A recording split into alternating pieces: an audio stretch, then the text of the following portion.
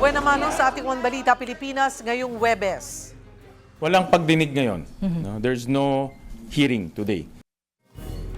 Senate President Pro Tempore Win Gatchalian nanindigan sa kanilang anunsyo ng new majority kahapon na walang Blue Ribbon Committee hearing ngayong araw.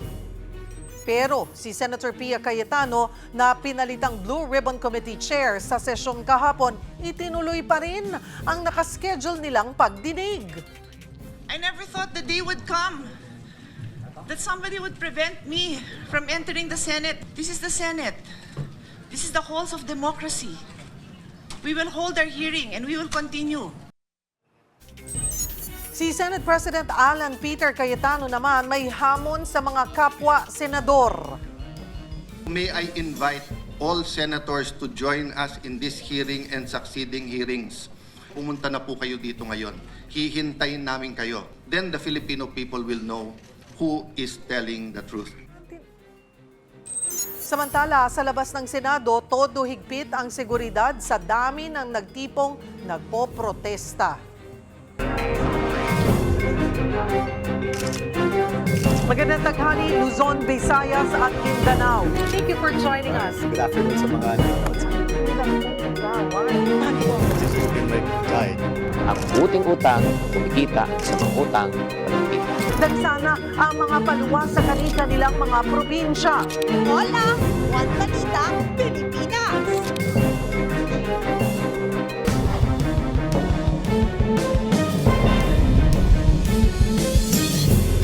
Magandang tanghali, Luzon, Visayas at Mindanao. Ongoing pa rin ang Senate Blue Ribbon Committee hearing ngayon na pinamumunuan ni Senator Pia Cayetano. At sa mga oras na ito, diretsahang idinawit ng isa sa dumalong resource persons si Pangulong Bongbong Marcos sa flood control scandal.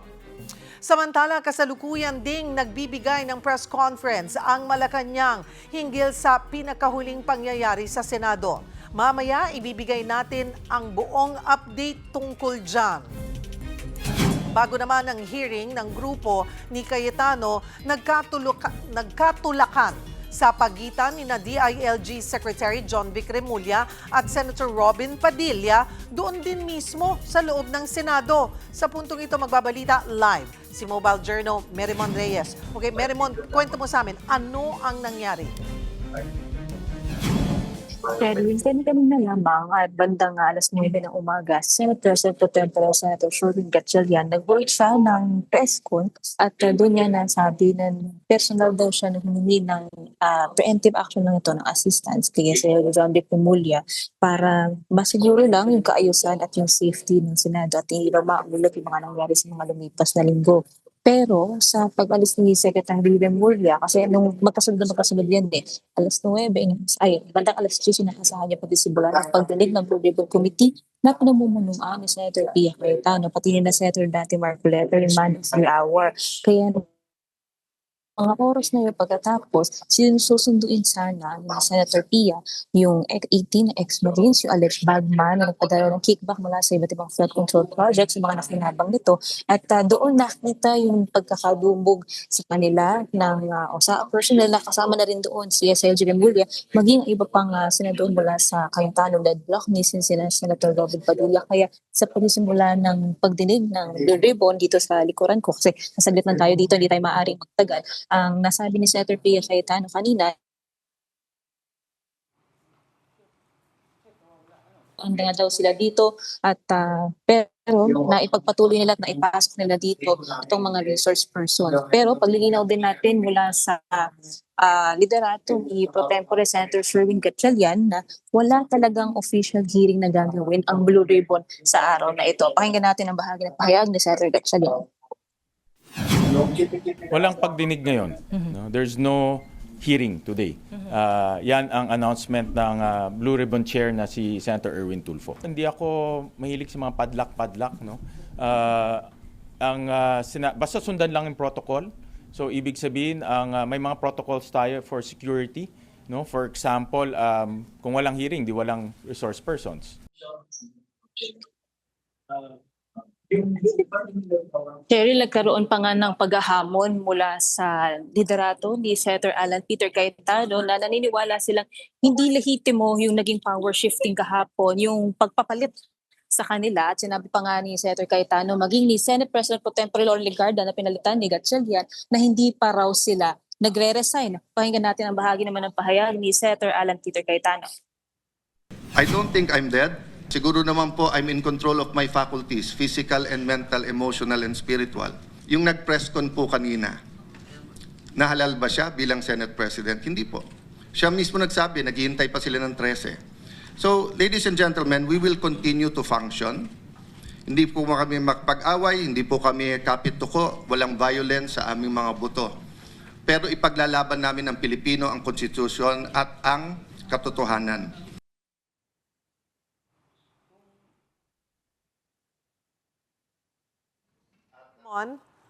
Okay. Yesterday, it was clear na pag sinabi daw, alala ko na nasabi na pag walang hearing, hindi makakapasok yung mga resource person.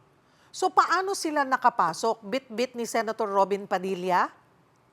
Actually, Cheryl, ang sabi din kanina tungkol dyan ni Senator Gatchalian, ni Pro Temp Gatchalian, hindi raw maaaring pumasok itong resource persons kasi una nga, walang official hearing talaga yung Blue Ribbon Committee hearing na inaasahan dahil nga nagkaroon ng power shift kahapon, nagkaroon ng pagpapalit ng committee chairmanship. Si Senator Erwin Tulfo ang mamumunuan nito at ang nasabi niya, next week Monday ang pagdinig ng Blue Ribbon. Ang sabi kasi ni Senator Gatchalian, wala naman daw problema kung sakaling may gagawing meeting sa mga senador sa labas ng mga pagdinig, opisina pa rin naman daw nila ang Senado.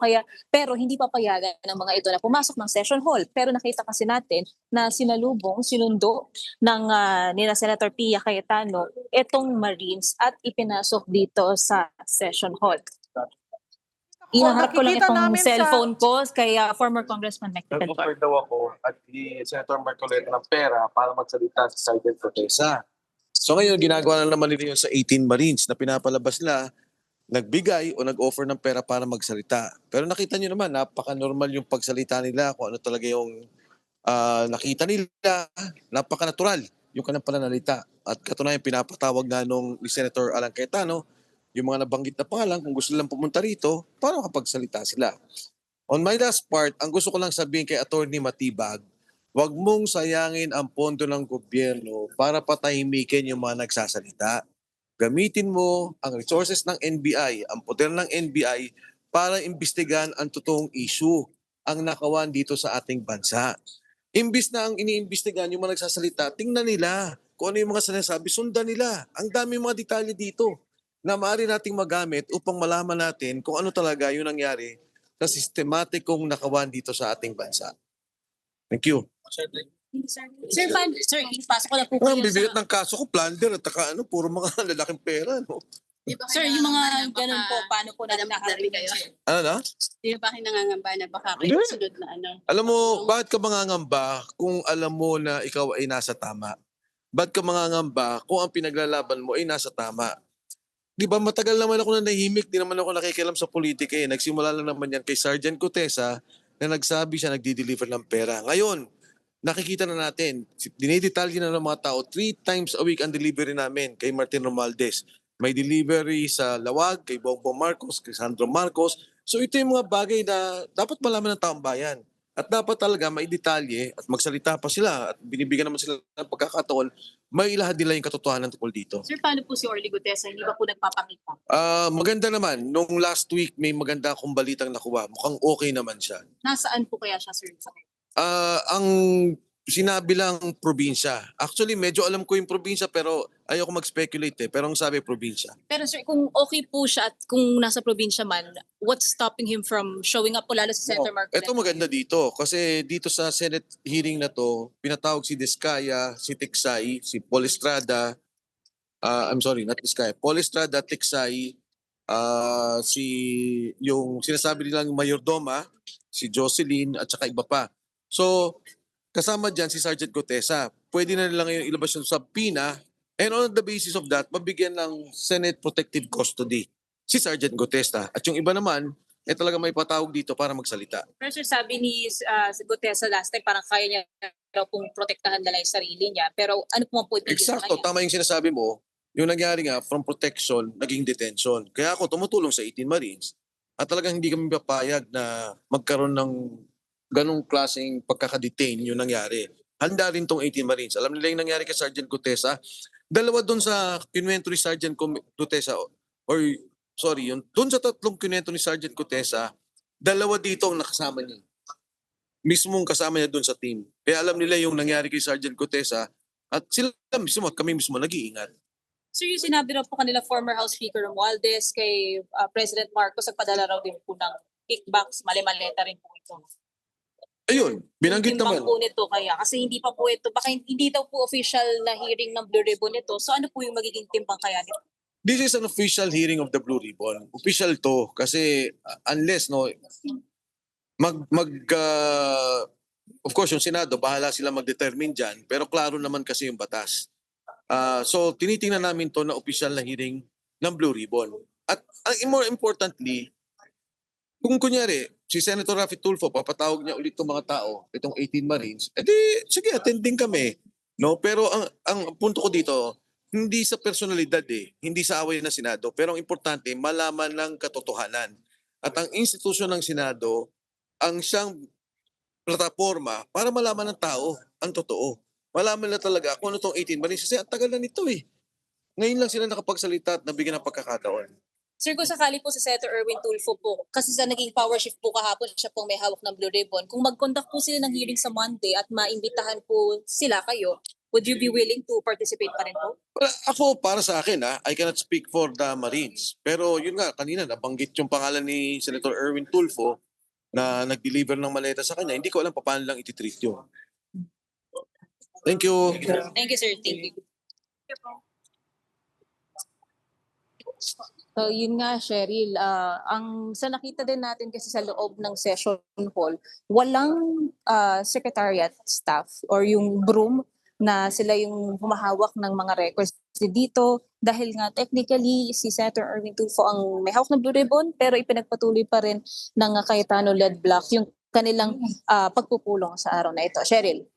So sino-sino, Mary Mon, yung nandyan sa hearing? Sino-sino? Yung lahat ba ng...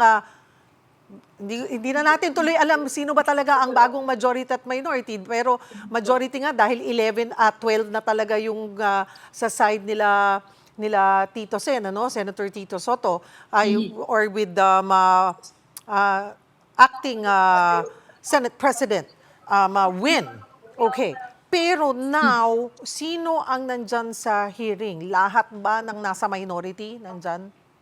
Cheryl, yung magkapatid na Villar, ang hindi natin hagilap, ang nakita natin simula kanina umaga, sina Senator Loren Legarda, si Senator Pia Cayetano, Alan Peter Cayetano, Senator Dante Marcoleta, Senator Amy Marcos, pati si Senator Robin Padilla. Senator Wago, hindi rin pa natin siya nahahagilap. Plus yung mga Marines na alleged na bagman nga na nagpapadala nitong, mga kickback from flood control projects, pati yung Marines, yung council nila na si Attorney Levi Baligot, pati ang legal counsel naman ni dating ako Bicol Party's Representative Zaldico na si Attorney Roy Rondain. Ang nasabi ni Attorney Rondain naman kanina kasi umalis na rin siya. Huling usap daw nila ni Zaldico ay 3 days ago. Sa cellphone lang daw ito at ang pinakasasabi, pwede naman daw parang anytime, maaari naman daw bumalik ng bansa itong dating kongresista. Basta lang daw masiguro na wala na raw threat sa tao. Pero wala raw siyang ideya kung nasaan itong dating kongresista. At nililinaw niya raw na hindi raw, kung may lalabas pa raw na ibang mga video, pwera doon sa naging expose niya, titignan muna raw nila kung lehitimong si Zaldico raw ba ito. Or baka naman yung kiniklaim daw ng iba na AI, na alam naman nila ay hindi kung sakali man. Cheryl. Okay. The only reason na namomonitor ng mga kababayan natin, ito nangyayari sa loob ng Blue Ribbon Committee hearing, ay because kinikerry ng iba't ibang networks. Pero hindi siya pinalalabas sa website ng live ng Senate. So, obviously, kinikilala ng staff ngayon o ng Senado yung bagong majority. Ang nasabi nga dyan netong Cayetano-led block, nasa pag-uutos daw nga ng secretariat na hindi pa talagang si secretary na si Attorney Renato Bantug yung ganito, kaya nga sinasabi dapat daw lahat daw ng nasa media ay nandito at saka i-cover daw ito, pero sa pagtingin din kasi natin sa website ng Senado, canceled na yung dapat na hearing, yung schedule ng Blue Ribbon Committee hearing sa araw na ito. Kaya tayo mismo yung pupunta rin dito, yung mga kasama natin sa media, ang nagbabantay dito sa loob. Pero may iba pang nasabi si Senator Alan Peter Cayetano tungkol dito at bukod na lamang sa hinihikayat niya na lahat ay napinipigilan daw pumasok sa gate ng Senado, ay papasukin na raw dito sa loob. Pakinggan natin yung panayam ulit ni Senator Cayetano. I never thought the day would come that somebody would prevent me from entering the Senate. This is my office. This is the Senate. This is the halls of democracy. We will hold our hearing and we will continue. Nalilito ang taong bayan, baka mas litong-lito ang mga empleyado nagtatrabaho dyan sa Senado. Cheryl, actually may nilabas na kanina mula sa opisina ni Senate President Pro Tempore Sherwin Gatchalian na merong shortened office hours para sa araw na ito. So 10 a.m., baga half day or mas half sa half day pa yung kanilang pagpasok. At kagabi din, naglabas din ng notice mula sa opisina nga ni Gatchalian na maaari din magkaroon ng work from home setup para sa araw na ito. Pero ito yung pinaka-latest, yung shortened office hours nila. Pero sa end nila, Senator Cayetano, ito yung pinagpapatuloy nila, yung pagpupulong nila para hindi magkalituhan yung mga tao. Pero ang tinatawag pa rin nila dito ay yung pagdinig ng Blue Ribbon Committee. Cheryl. Okay. Para sa minority, sa bagong minority, it's a hearing. Pero para sa bagong majority, ay meeting. Hindi official na hearing talaga Oo. ang tawag nila eh. Kasi pero dapat kasi talaga kung sakali man sa mga opisina ng mga senador gagawin kung magkakaroon ng meeting o kaya kung hindi man dito sa labas, arrangements. Kasi talaga ang sinabi na kanina ni Senator Gatchalian, hindi nga maaari pumasok sa session hall dahil walang hearing na mangyayari.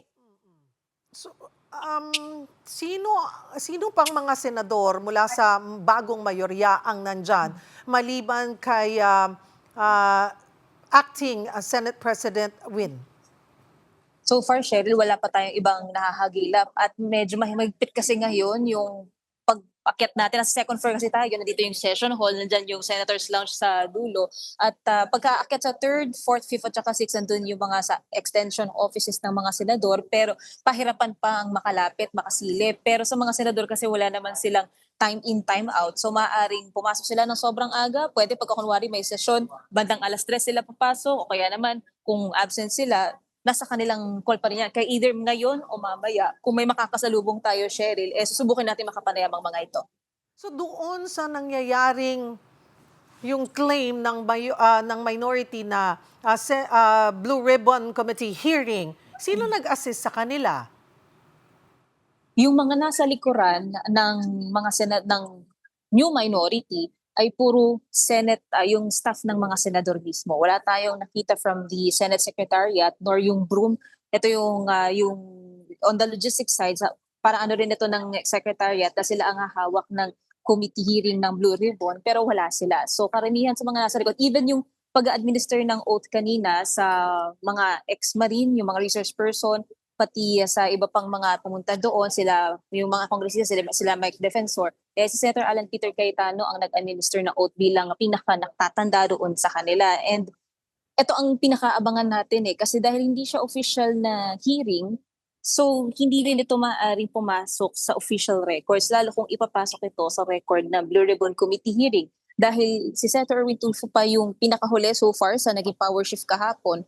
So during then, dun lang natin makikita yung mga staff na pupunta talaga at aayusin yung venue para sa gagawing pagdinig. Cheryl. Okay, so tatapusin nila, magtutuloy-tuloy itong hearing na ito, and then what else can we expect?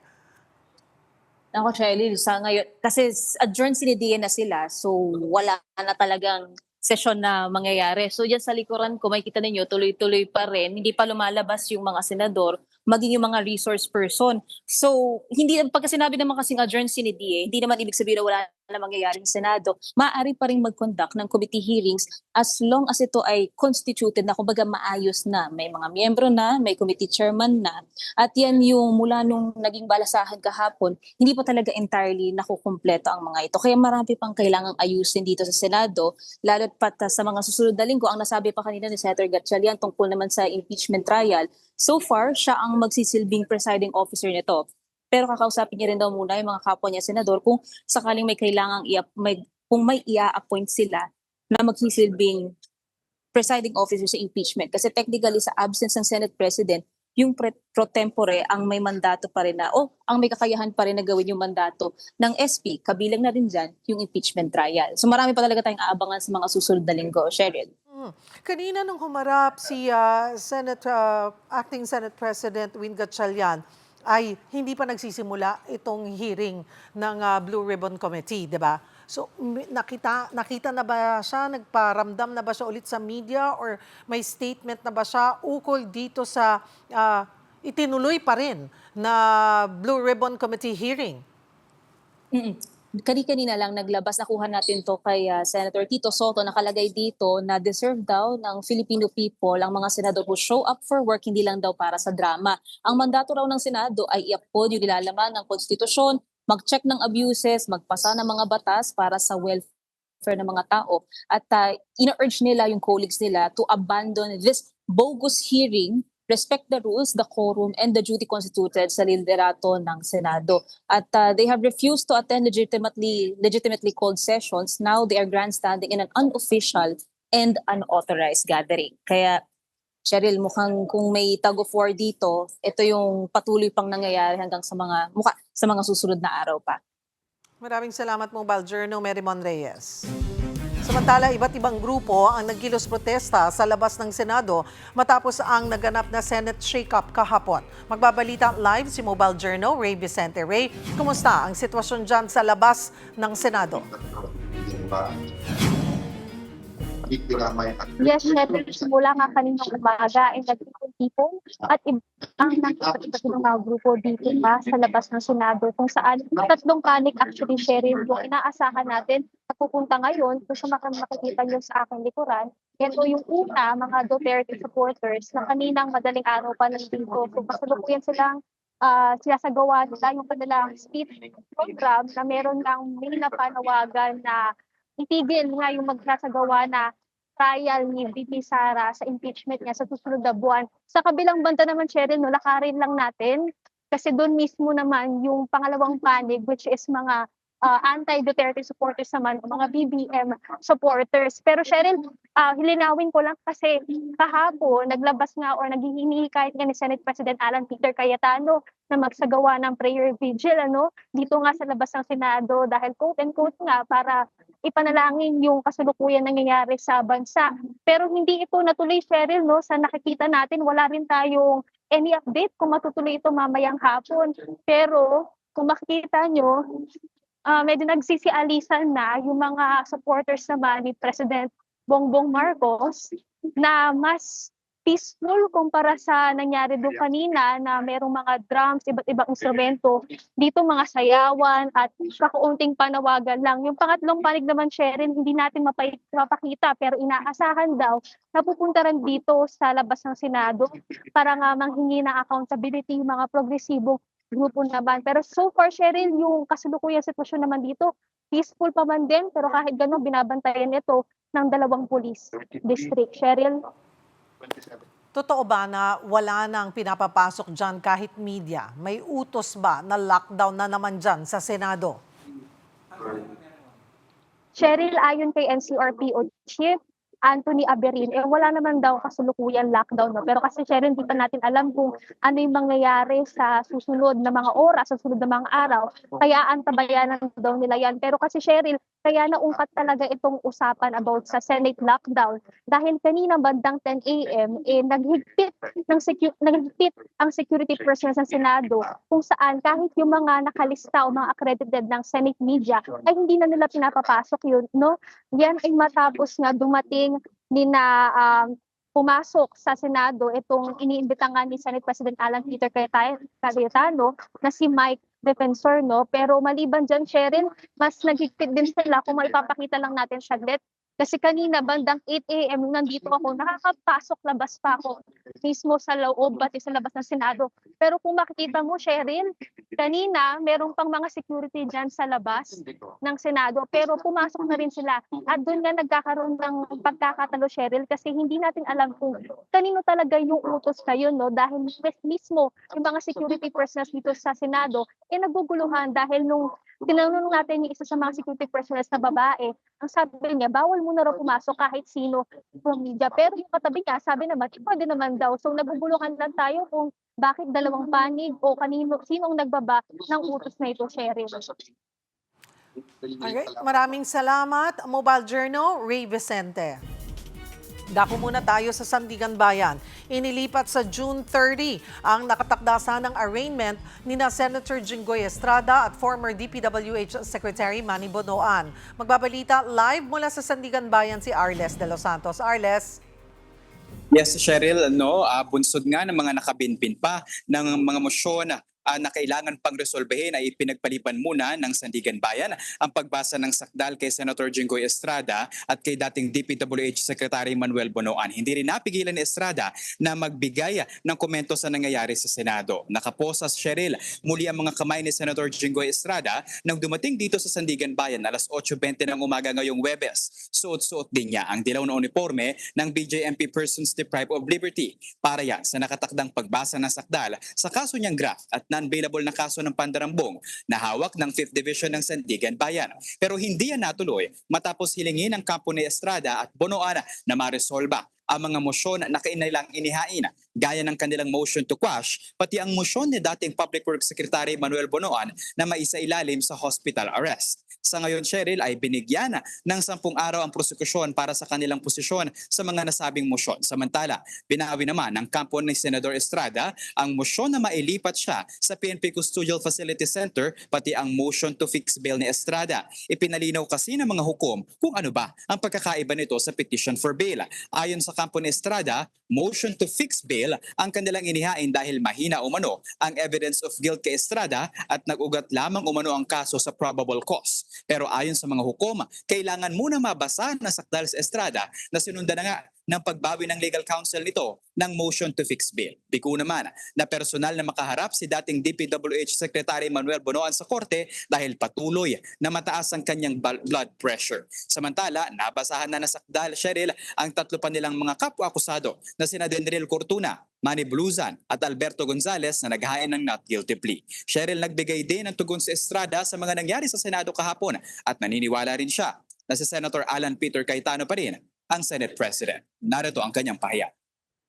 Some senators are saying that 22 na lang raw yung mga senators ngayon because Senator Bato is nowhere to be found and I am in detention. That is incorrect. Okay. Because we did not resign. Hindi kami, buhay na buhay kami, we are not physically incapacitated. At kayo nga, Cheryl, yung nabanggit mo na sa June 30 na yung bagong petsa ng inaasahang arraignment ni Estrada at ni Bonoan para sa kasong graft at plunder na hawak ng 5th Division ng Sandigan Bayan. Habang mamayang alauna naman ay sunod na haharap si Estrada sa 2nd Division ng Sandigan Bayan para sa isa pa niyang kaso na graft. Cheryl. Maraming salamat, Mobile Journal, Arles de los Santos. Susunod, Palasyo, nagbigay muli ng pahayag sa mga pangyayari ngayon sa Senado. Yan at iba pa sa pagbabalik ng One Balita, Pilipinas.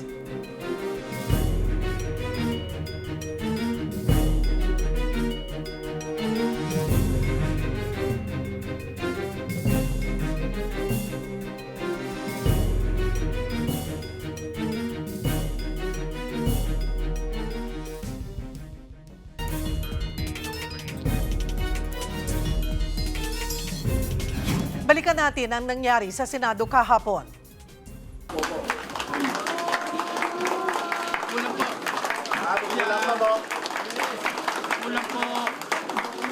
With 12 senators present, the chair declares a quorum.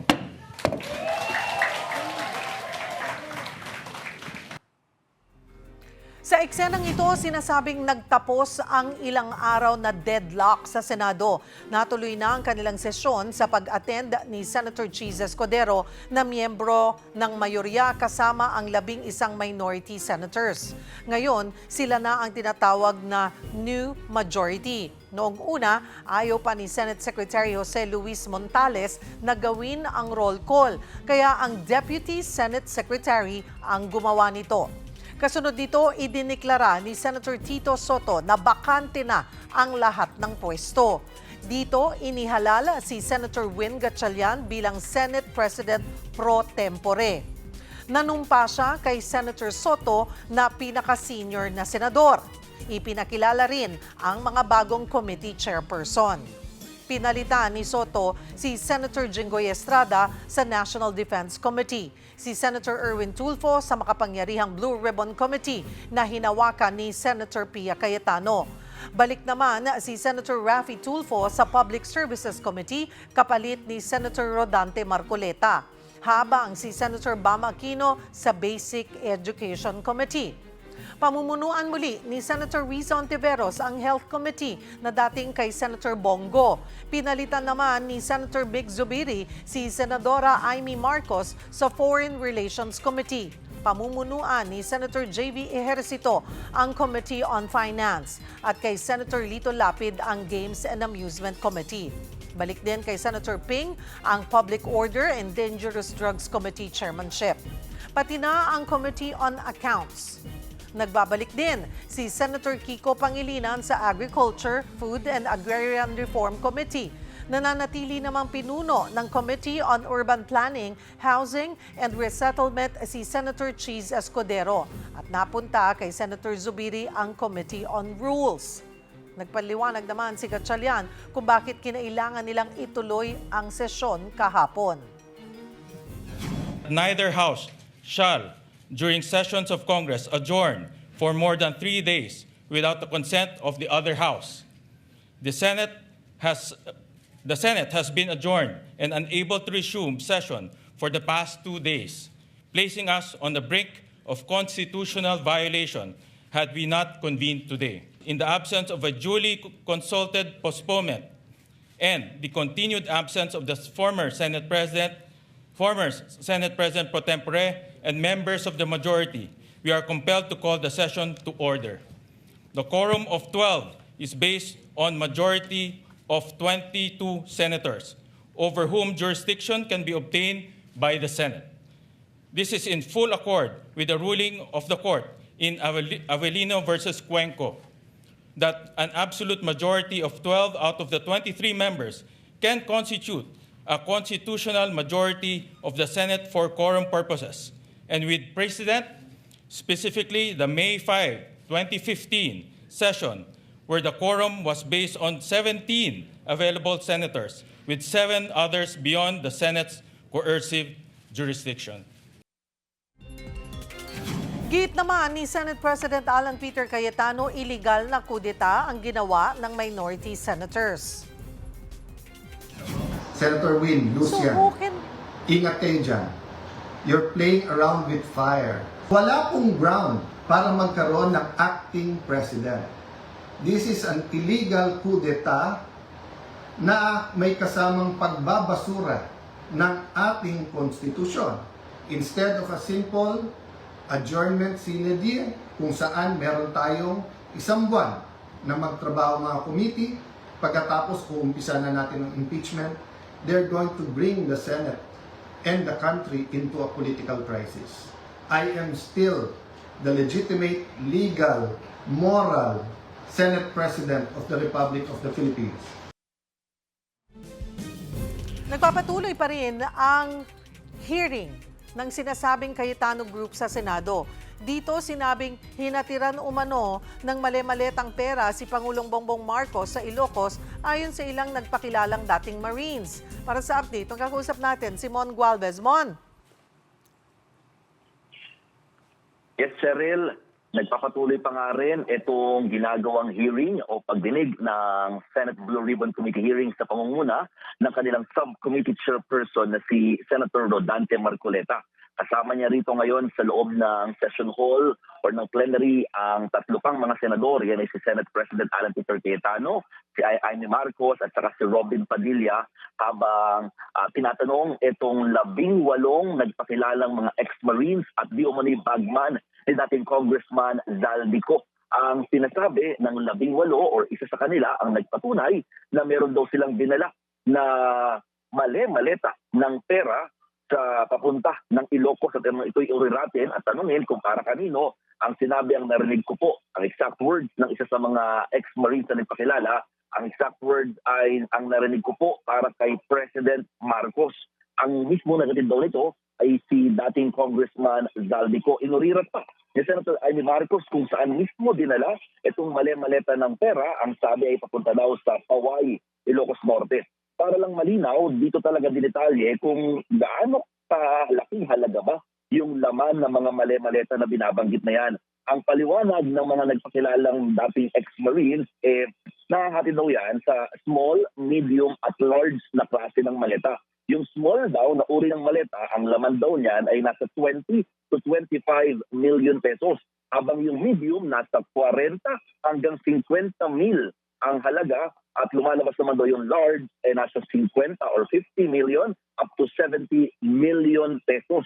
At ito raw ay every week naghahatid daw ang mga di umano'y bagman ng 3 to 4 times a week. At ang sinasabi, nangyari daw ito mula 2022 hanggang 2025 kung kailan appropriations chair itong si dating Ako Bicol Party List Congressman Zaldico. Ito raw ay hindi mababa sa 20 maleta ang kanilang bitbit bawat delivery. So a total of 60 to 70 na mga maleta every week ang pinag-uusapan natin dito. At yun nga, isa sa mga nabanggit dito ay ang pangalan ni Pangulong Bongbong Marcos ng idetalye ng isa sa mga ex-Marines na nagpakilala na sila ay naghatid papuntang Ilocos Norte. Actually, hanggang doon lang daw sila sa Delta Gate, sa hangar, dito sa Villamor Air Base, at mismong sina dating Congressman Zaldico na raw ang naglipad o nagbiyahe ng naturang pera. At hindi lang yan, talagang pinakapaulit-ulit na binabanggit din dito, hindi lang si Pangulong Bongbong Marcos, kundi si dating House Speaker Martin Romualdez ay paulit-ulit din na binabanggit ang kanyang pangalan na hinatiran ng mali-maletang pera di umano mula dito sa mga nagpakilalang bagman at ex-Marines na tauhan ni dating Congressman Zaldico. Sila kasi ay mga nagtatrabaho bilang driver, bodyguard at di umano'y ang tawag nga nila mga basurero para nga dito sa mga mali-maletang pera. Pinakamatagal na nagtrabaho sa kanila, almost 9 years na daw kay dating Congressman Zaldico. At ang pinaka nilalaman technically nitong ginagawang hearing ngayon ng Blue Ribbon Committee ng Senate sa pangunguna nga ni Senator Dante Marcoleta, mabigyang linaw kung sino-sino yung mga dinalhan daw ng maleta na may lamang pera ng mga ex-Marines at kung ito ba ay panunumpaan at patutunayan talaga ng mga nagpapakilala ng di umano'y mga bagman. Kaya naman kanina, dahil nga medyo confusing, dahil wala yung mga staff ng Senate Blue Ribbon, mismong si Senator Alan Peter Cayetano na ang nanguna sa panunumpa ng mga tumatayong guests or witnesses nga dito sa kanilang ginagawang pagdinig. Cheryl. Meron ba mula sa New Majority ang may planong dumalo sa hearing? Sa ngayon, Cheryl, wala. Ang sinasabi nga nila sa latest statement na ipinadala ng New Majority ng Senado, tinatawag nilang bogus itong hearing na ito at talagang hindi daw talaga dapat kilalanin ang exact sinasabi nila or statement nila. Ang itong hearing tinatawag na bogus. The Filipino people deserve senators who show up for work and not for drama. Kaya naman ang isa rin sa pinupunto sa pinaka-latest na pahayag ng majority or new majority ng Senado, kawawa naman daw yung mga tauhan ng Senado na naiipit dito sa kaguluhang ito dahil kanina, bago magsimula yung naturang hearing ni na Cayetano side, nagbanta siya sa mga staff at mga tauhan nga ng Senado na pipigil o talagang magkakaroon ng pagkilos against this so-called hearing dahil may mga nangyari or insidente kanina na hinarang itong mga 18 ex-Marines at iba pang mga guests ng naturang committee hearing. At the same time, yung pagputol nga rin nung Facebook Live na coverage at yun nga, yung mga tipong trabaho sana ng Senate Secretariat para dito hindi nga magawa dahil dito sa inisyu naman ni na Senator Win Gatchalian na ang hearing ng Blue Ribbon para sa flood control scandal ay gagawin sa Lunes. At ngayon, nakadeclare nga sila na work from home. So talagang naiipit dito ay yung mga tauhan ng Senado na hindi alam kung sino ba talaga ang pinakasusundin sa mga oras at araw na ito. Cheryl.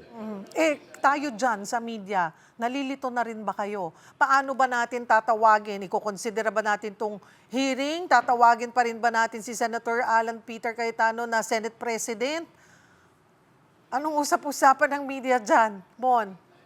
Alam mo, ngayon lang kami talaga naka-experience na kami mismo nahihirapang ipaliwanag sa publiko kung ano na ba talaga ang mga tawag at paano ba ang nangyayari dito sa liderato ng Senado dahil nga magkabilang bersyon at magkabilang panig ang nagde-declare na sila mismo ang bagong liderato at yung isa naman ay nanatiling liderato kaya nga gulong-gulo no nahahati sa dalawa ang pinaghuhugutan ng media. Kaya nga ang hirap din ipaliwanag. Minsan naguguluhan na kami kung tatawagin pang Senate President at yung acting Senate President at kahit nga yung grupo ng New Majority dahil nga ang sinasabi pa rin naman ng kabilang panig sila pa rin talaga ang dapat mamuno at yung mismong ginagawa ngayon hindi talaga malaman kung ito ba ay lehitimo o hindi pero nagpapatuloy pa rin ang ginagawa ng pagdinig ng Blue Ribbon Committee na pinungungunahan ni Senator Rodante Marcoleta. Pinaliwanag nga rin nila kanina na lehitimo din daw yung ginawa nilang pag-create ng subcommittee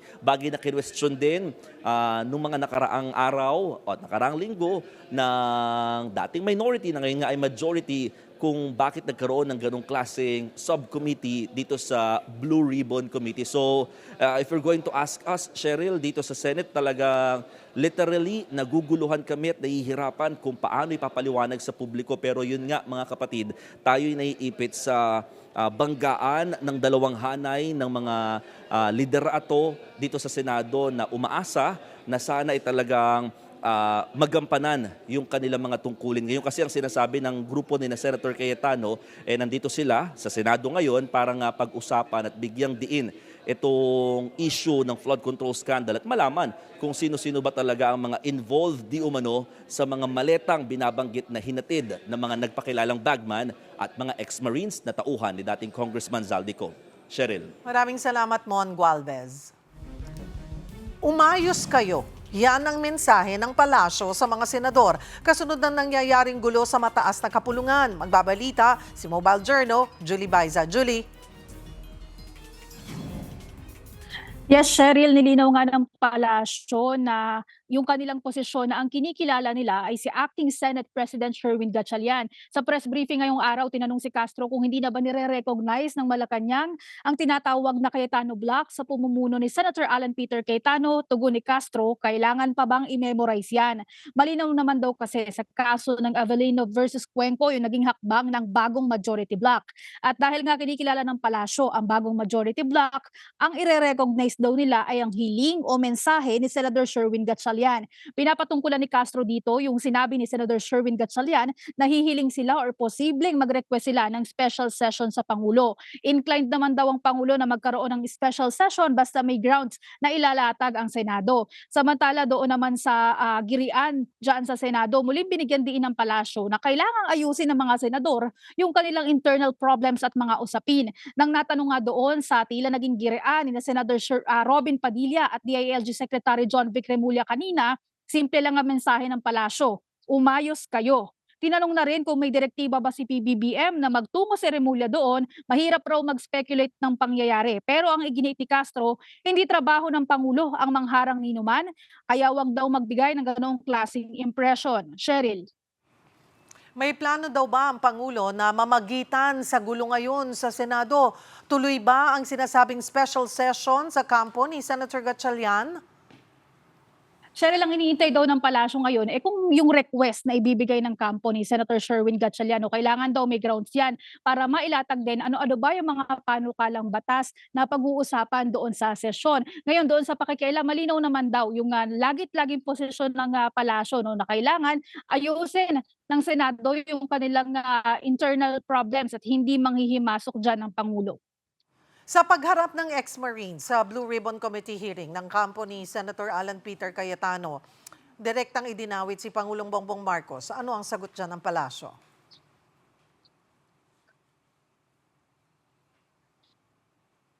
Yes, Cheryl, una ang tanong ni Yusek Claire, anong ebidensya? Ano raw ba yung ebidensya na inilatag ng mga nagsasabi na nag-deliver sila ng mali-maletang pera sa bahay ng Pangulo sa Paway, Ilocos Norte? Kailangan ipakita daw nila yung kanilang ebidensya kasi madali lang magturo, lalo daw kung yung balak ng isang tao ay manggiba lamang o kaya yung mga tinatawag na obstructionist. Ang kailangan daw, patunayan nila yung kanilang alegasyon at magbigay sila ng mga dokumento at ebidensya. Cheryl. Maraming salamat, Mobile Journal, Julie Baiza. Diyan lamang po kayo mga kapatid. Magbabalik ang One Balita, Pilipinas.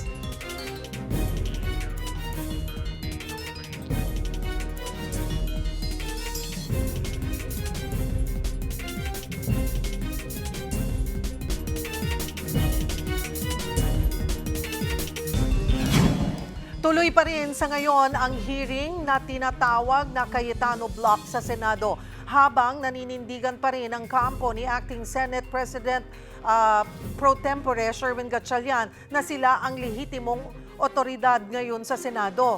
Para mas malinawan tayo sa mga sinusunod na alituntunin sa Senado, kasama po natin Attorney Michael Henry Yusinko, Senior Research Fellow sa Ateneo Policy Center. Magandang tanghali po sa inyo, Attorney Yusinko. Thank you for joining us.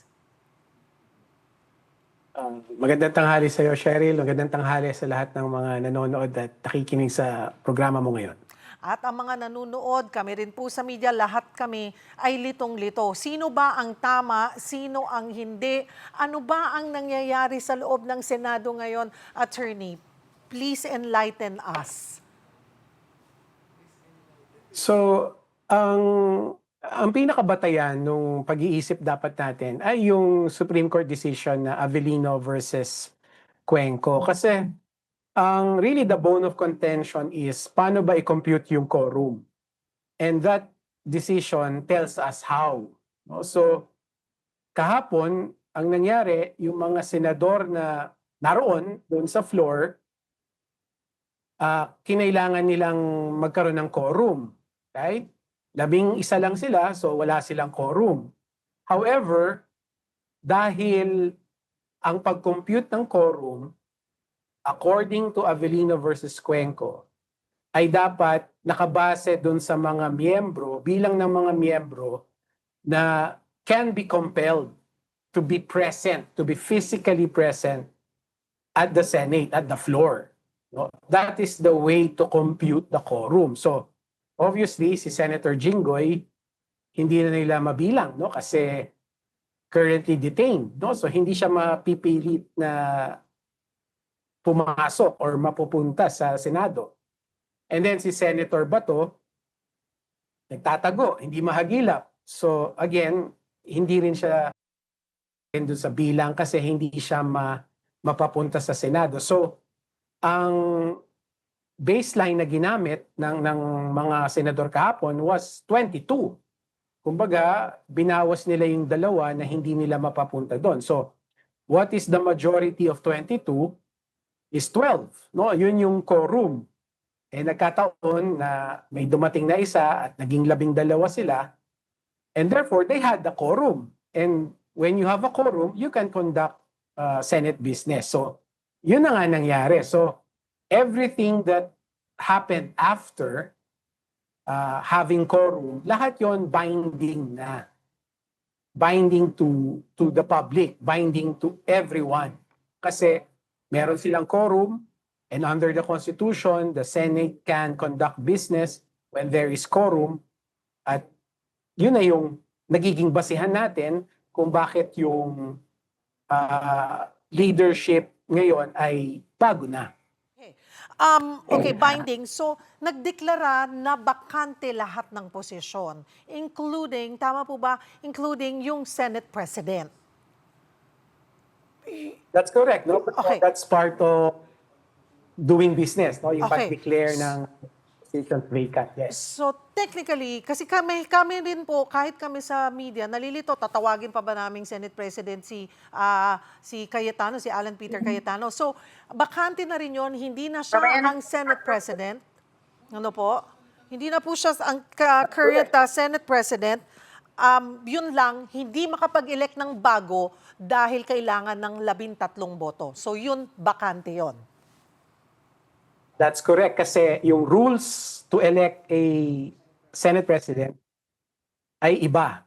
The rule is different, no? So doon naman ang nakalagay sa ating saligang batas, a majority vote of all, may salitang all members, meaning to say 24 members.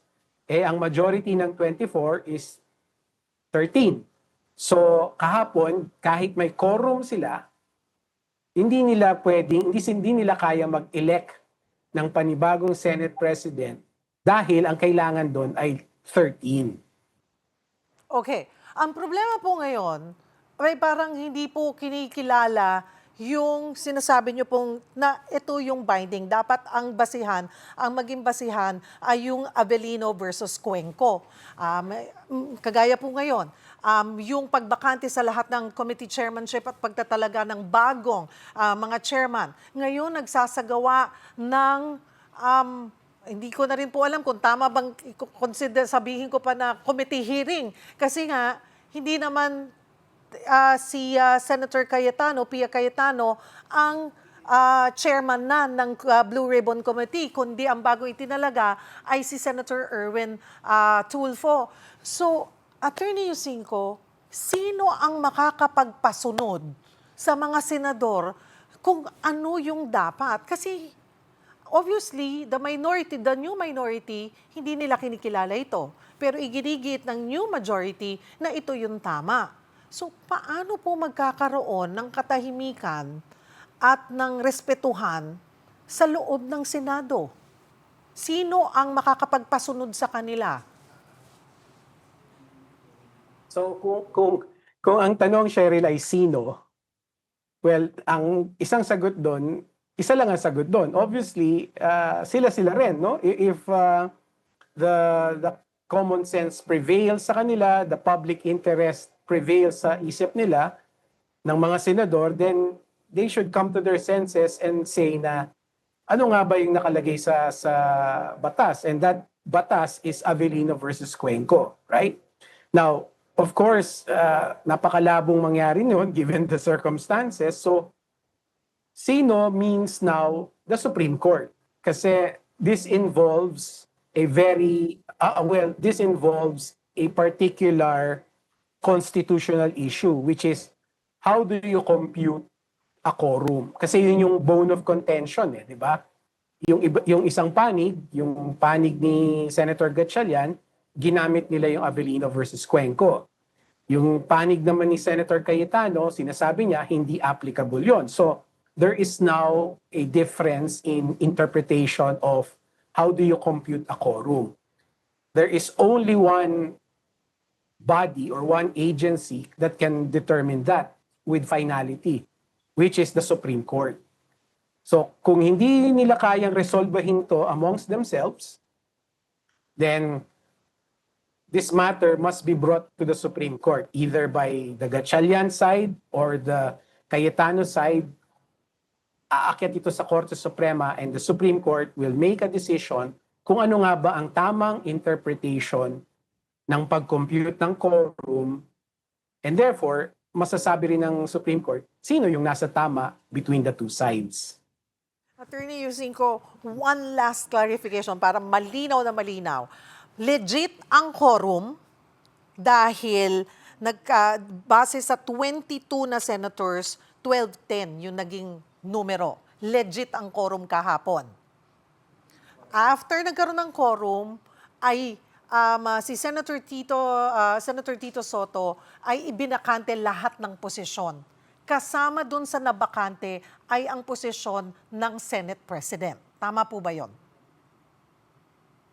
That's correct. So just a minor clarification. Kaya nagka-quorum because 12 yung senador na naroon sa plenary. Sa plenaryo. Ngayon, ang kiniklaim pa nga rin po until now ni Senator Alan Peter Cayetano na siya pa rin ng SP. So, mayroon ba tayong Senate President ngayon or wala? Wala, because all of the positions were declared vacant, including the Senate President. Meron lang tayo ngayon na acting Senate President who is by automatic or by default yung Senate President pro tempore. So we are just in the parang sumusunod lang tayo dun sa rules na nakasaad. Isa na lang po ang pahabol, although wala na po kaming oras, yung nangyayari ngayong sinasabi nilang hearing, committee hearing ng Blue Ribbon, yun ba ay kikilalanin? Mailalagay ba yun sa record or walang saysay ito? Walang saysay, no? Kasi yung nangyayari ngayon na investigation, na hearing, hindi ito sanctioned by the Blue Ribbon Committee. Kasi ang Blue Ribbon Committee chairman ngayon ay si Senator Erwin Tulfo na, at napanood ko nga siya kahapon sa kausap ang media, sinasabi niya na wala nang activities muna yung Blue Ribbon Committee. I think next week magkakaroon, pero right now sarado sila, quote-unquote, di ba? So yung nangyayari ngayon na hearing, na investigation, well, it's essentially just a propaganda, publicity stunt. Wala talaga siyang legal effect because they are not the Blue Ribbon Committee.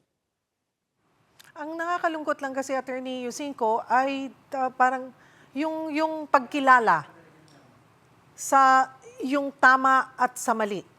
Parang walang nangyayaring ganon. That's the tragedy here, Cheryl. At alam mo, ang naiipit directly yung mga Senate employees, yung mga Senate staff. Because kahit na anong sabihin mo, malilito talaga sila. Sino bang dapat sundin? Right? Even if probably they know na tama yung Avellino versus Cuenco, syempre, at that very moment na merong mga senador na dadating doon, na may kasamang mga resource persons, hindi mo rin sila masisisi na mangamba, matakot. So, that's the tragedy here na walang recognition of what is right and what is wrong. So, ang nangyayari ngayon, kung ano ang gusto, yun ang gagawin.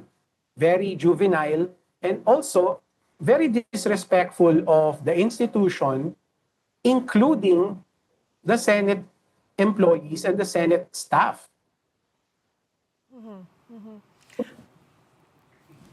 Ano po ang dapat bantayan ng taong bayan? Ang dapat bantayan ng taong bayan dito ay yung mga tao, itong mga senador na to, and I'm making a blanket warning here, hindi dapat maboto ulit. No? Because these are the very candidates, these are the very politicians na sumisira sa mga institutions natin. So, ang dapat bantayan natin sa civil society, natin sa media, ay yung mga botanteng nanonood ngayon. Kasi kailangan natin silang matulungan na iproseso yung mga napapanood na sa ganon, pagdating ng 2028, ay iba naman ang iboboto nila sa Senado. Ibang klaseng kandidato naman ang iboto nila. Huwag na yung mga katulad na nakikita natin ngayon. Otherwise, walang magbabago. Ganun pa rin, patuloy pa rin ang masamang pangyayari na nakikita natin ngayon. Kapos na po kami sa oras, pero maraming salamat po for making time. Attorney Michael Henry Yusinko, Senior Research Fellow ng Ateneo Policy Center. At yan po ang mga bumabanderang balita at public service sa inyong tunay na kasalo sa tanghali. Hanggang bukas, dito sa Balita magpapabusog sa inyong kaalaman. Ako po si Cheryl Cosim. Kami ang inyong kapatid sa public service. 1PH, teleserbisyo para sa Pilipino.